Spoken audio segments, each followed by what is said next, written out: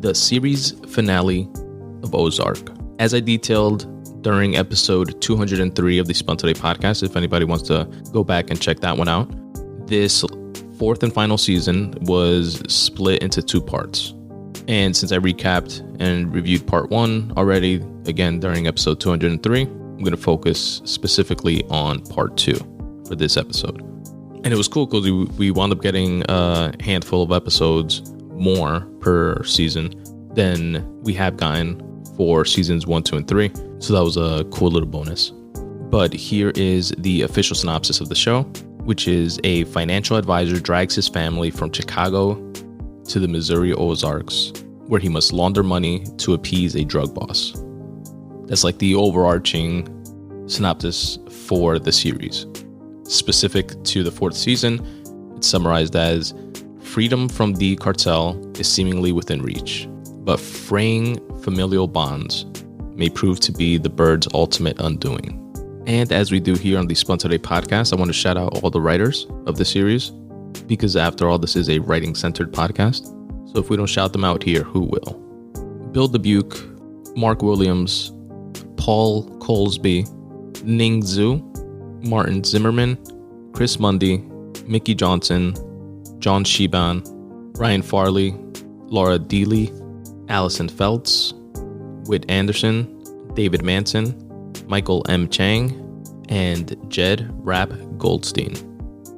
Shout out to all the writers of this amazing series.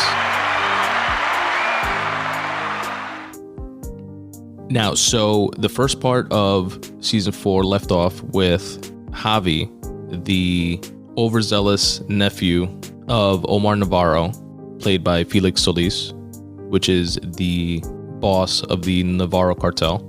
Javi, his nephew, played by Alfonso Herrera, killed Darlene Snell, played by Lisa Emery, and Wyatt Langmore, played by Charlie Tahan. And that part of the season ended with absolute breakout star of the series, Ruth Langmore, played by Julia Garner, who's cousins with Wyatt Langmore, just finding them dead and flipping the fuck out, driving away, screaming, crying. And it leaves us on that cliffhanger of what the fuck is Ruth gonna do? Well, we find out what Ruth is gonna do early on in part 2 of this fourth and final season. And she has in her head that she's gonna kill Javi Alessandro, who is poised to take over the Navarro cartel and be the cartel boss, which is normally a suicide mission, right? Going after the boss of a drug cartel. And they tease it happening with her, imagining it, dreaming it. They show a scene where she just walks up to him on a street in Chicago, where Javi had an appointment with Marty and Wendy Bird, played by Jason Bateman and Laura Linney. And Ruth kind of just imagined herself, with the hoodie, walking up on Javi, who's on his cell phone on the street, and just shooting him dead and fleeing the scene. So they tease it that way, and they show her, prepping for that moment by getting a gun from Frank Cosgrove Jr., played by Joseph Sikora, which is the now head of the Kansas City mob. Since his father was murdered, Frank Cosgrove Sr., played by John Bedford Lloyd, was murdered by Darlene Snell. And him and Ruth have a bit of a history in terms of having beef, but then getting over it and kind of sort of working together on a couple of things. But she goes to him to get a gun, and he kind of like talks her through it and says, listen, don't think about it too much. Just go squeeze the trigger, get rid of the gun afterwards, and come back and I'll buy you a drink.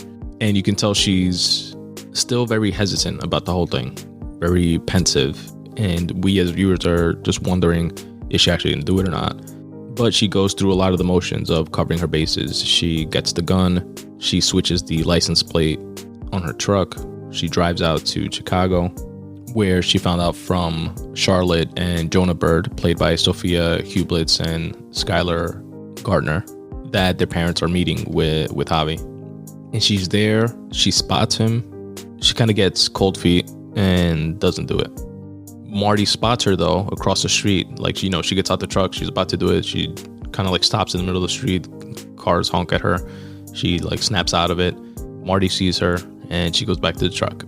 And then Marty calls her without Wendy's knowledge and is kind of like, "Yo, what the fuck? What are you doing here? What are you, crazy? They'll kill you." Because he picks up on, why she's there, and knows the mind state that she's in, with the fact that her cousin, closest relative that she had left, was murdered by this guy. And she says that she's gonna go back, and she doesn't. She kind of like hangs around and follows them, sees what they're up to, Marty and Wendy, and winds up crashing a dinner that Marty and Wendy are having with the head of the pharmaceutical company, Claire Shaw, played by Katrina Lenk, which Marty and Wendy are in bed in and have an arrangement to supply them with pure opium, pure heroin, so that the pharmaceutical company can in turn, cut costs on their end for developing the drugs that they put out. So Ruth crashes this dinner and strong arms her way into going back to the pharmaceutical offices and telling them to call Javi to make Javi meet up with them. And Javi was interested in doing so, even though it was late and kind of unorthodox, because the purpose of why they met earlier that day, Marty, Wendy, Javi, and Claire, was because Javi wanted to get stock options in the pharmaceutical company as, part of their agreement, part of their deal. So they lured Javi back in under the guise of, come meet us. We have the paperwork drawn up, and come in to sign. And Wendy did so. Wendy called Javi to come in, even though she knew Ruth wanted to kill Javi, because she was kind of like calling her bluff. She didn't believe that Ruth would actually do it.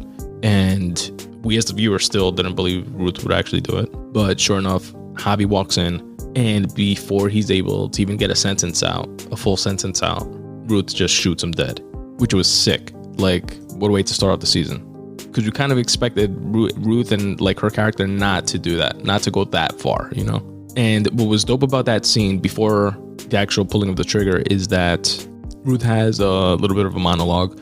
As you guys know, I'm a sucker for monologues, dialogues, any extended stretches of words being spoken, right? Ironically, because I'm a quiet person myself.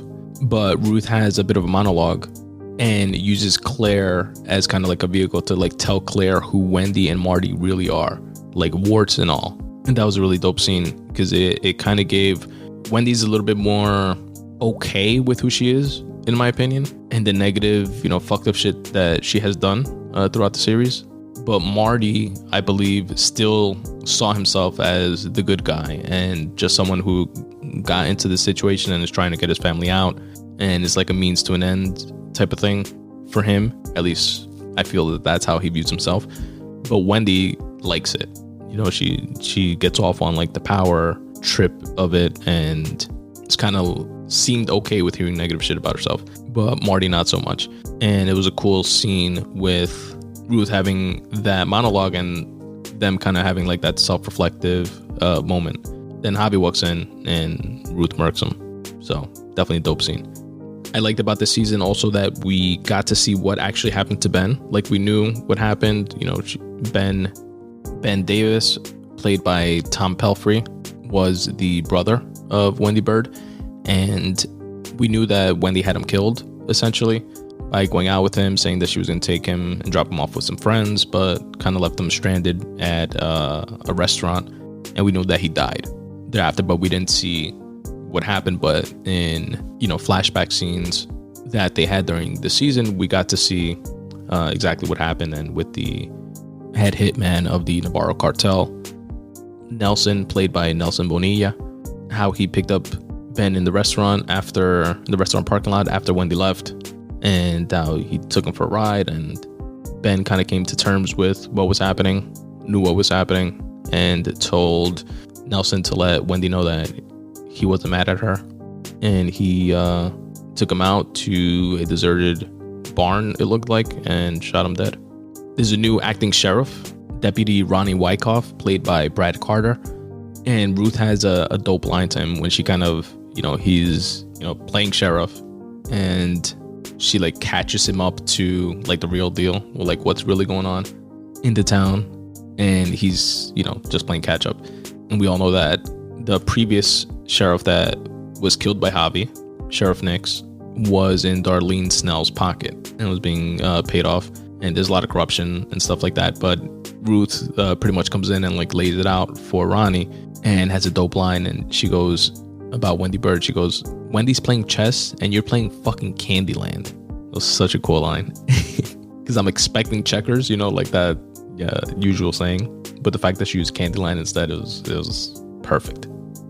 There was an interesting conversation with Marty and a priest, which is an interesting character, by the way. Omar Navarro has this confidant priest around that he like confesses his like sins to and stuff like that. Father Benitez, played by Bruno Bashir, and he's having a conversation with Marty, and it was an interesting back and forth where Marty's telling him that he like doesn't believe in God because he doesn't believe that it's possible to love unconditionally because it's not the smartest way to be. And the priest explains to him asks him if he loves unconditionally, and explains to Marty that love isn't transactional, that it doesn't keep score, which is hard for someone like Marty to synthesize because he's very calculating and methodical. Like everything that has a start has an end. Everything that has a plus has a minus. You know, like things have to net out in his mind. So that unconditional one-sided love doesn't make sense to him. Ironically, because he does have that and show that towards Wendy with her cheating on him. And we see that like from the beginning of the series, and just like staying with her and kind of playing second fiddle to her when she starts to try to take the reins of everything that's going on, etc., etc. I was surprised, by the way, how Mel Saddam's character, played by Adam Rothenberg, that I spoke about during the previous episode in 203, how I felt that he was going to have a bigger role. And my intuition wasn't completely off there, but more on that later. But I was surprised to find out that he really just was a legit private investigator working for Helen's husband, trying to find Helen. I thought that was like a guise for something else. And he was just that and just happened to be really good at it. You know, he was an ex-cop that was kicked out of the force because he had a drug problem. But I don't know, I felt like something was going to come up between him and his sponsor that he kept speaking to. That was kind of like I felt like a mysterious character, kind of like pulling some strings or something like that, but didn't exactly play out that way. I wonder if that was ever like an idea in the writer's room or something. But Marty and Wendy eventually made Mel Saddam go away because he kept poking around, kept just getting too close to like certain truths, and wound up bribing some folks within the Chicago brass and getting him his job back as a cop. And it's something that he had been wanting for years, but wasn't possible because, you know, he got kicked out of the force for literally breaking into the evidence room and snorting cocaine and shit like that. And he kind of had an interesting relationship, he had an interesting relationship with Special Agent Maya Miller, played by Jessica Francis Dukes, who is the righteous FBI agent that really believed in what she was doing. But ultimately her higher ups were in the FBI were just as greedy as the drug cartel and were just in it for the money, and allowed the Navarro cartel, or made an agreement to allow the Navarro cartel to continue operating as long as like the money kept flowing and the FBI could seize a certain amount of money that was being transported every so often.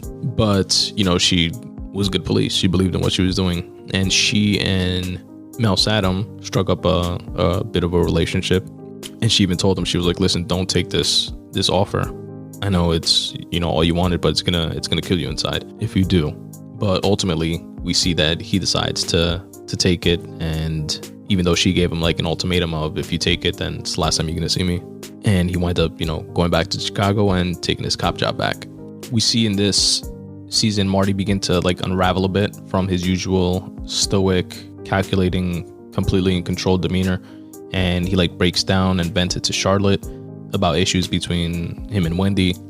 We see him like lose his shit in traffic because like Wendy just kept like undermining him at every turn and just like fucking this guy up out of like road rage. Oh, you know what I forgot to mention? Killer Mike has a cameo in the beginning, which was dope to see. And I love the old school hip hop like throughout this entire season. That was like the backdrop, and it aided in like the flashbacks of how, you know, it was what Wyatt and Ruth used to like to listen to. We get some Pac, we get some Nas, Illmatic, a ton of goodies. So that was definitely dope to hear and to kind of like set the stage in the mood for what we were seeing throughout the season.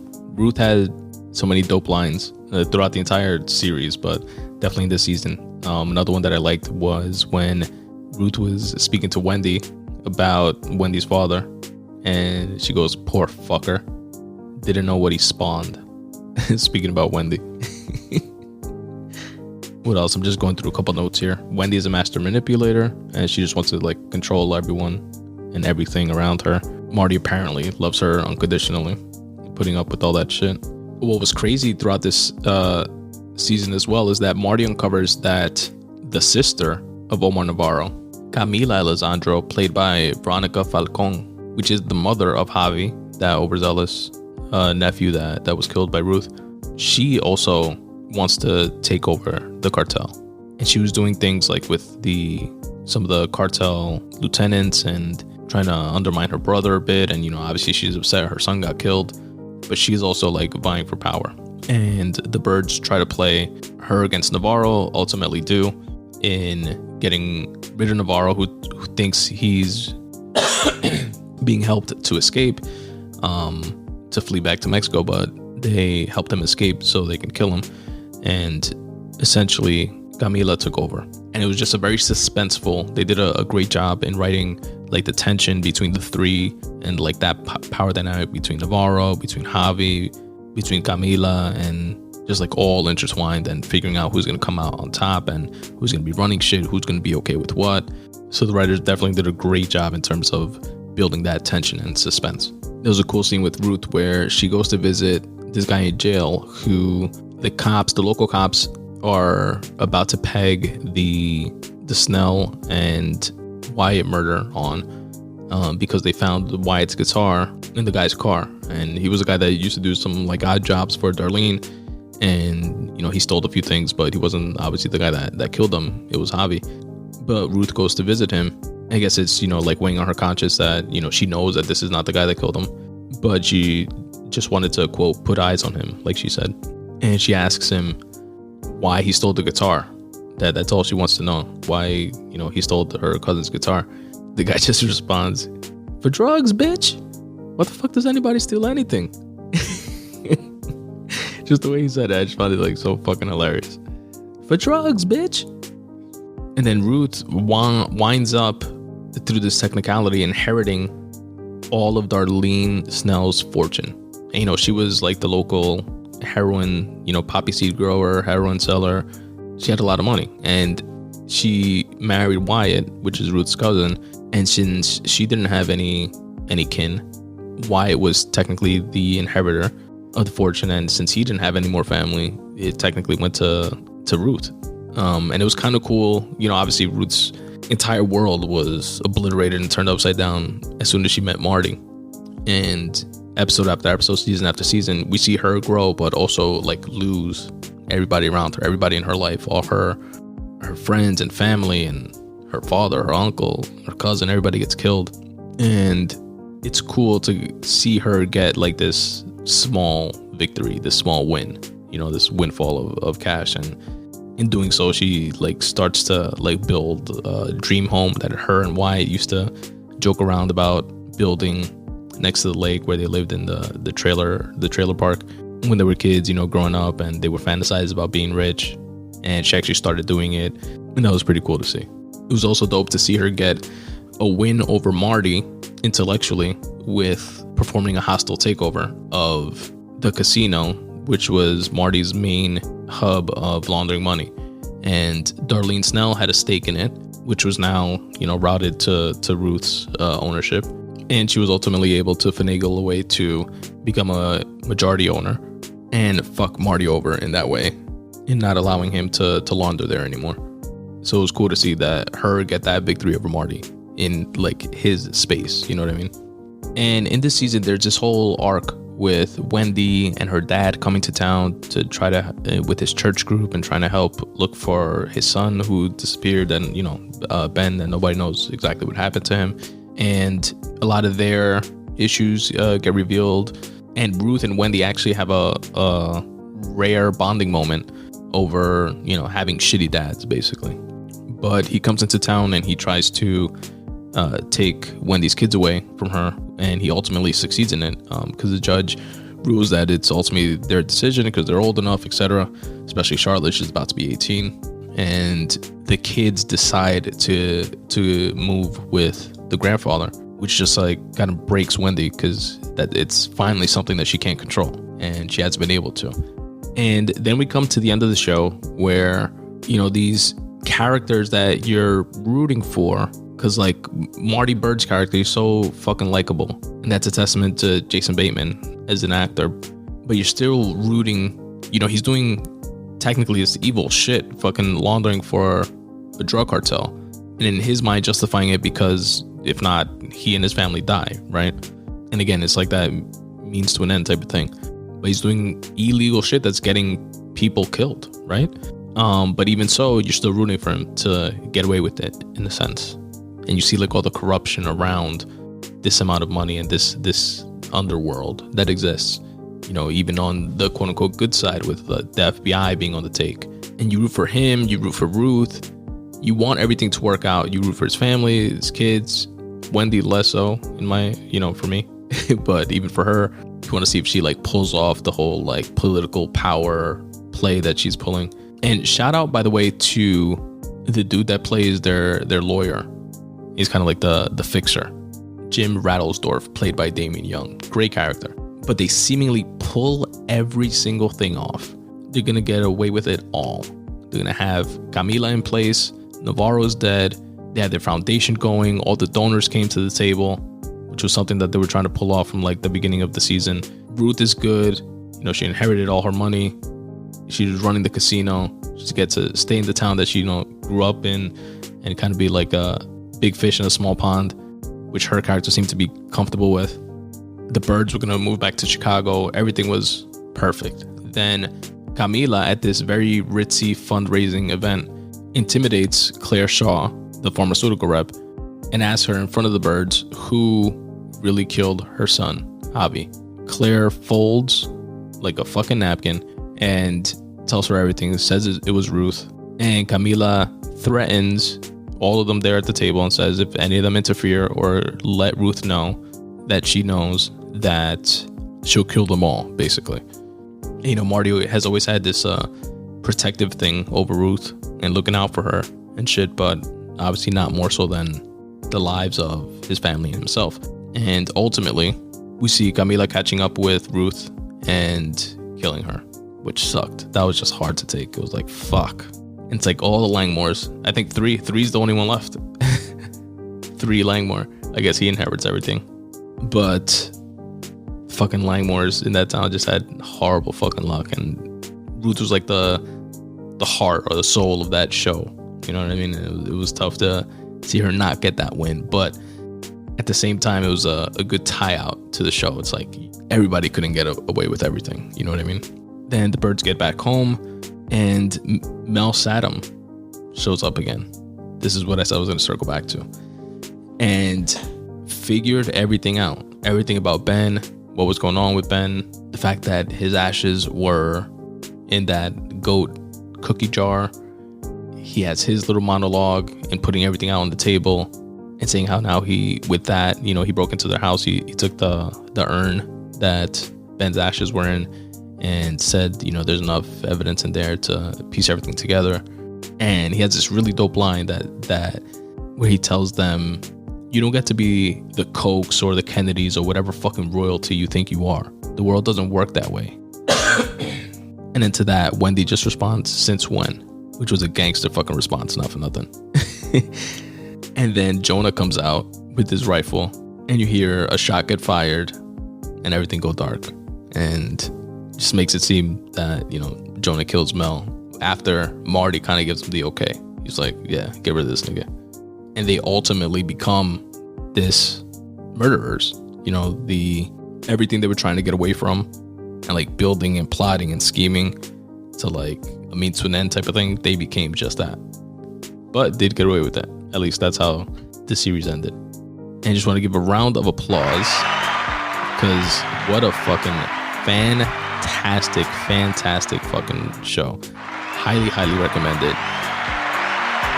For anybody who hasn't watched it, please do. It was such a dope show. One of the best shows I've seen in a long time.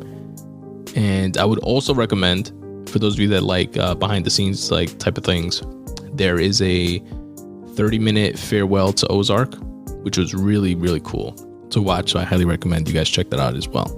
Ozark series finale. Check it out.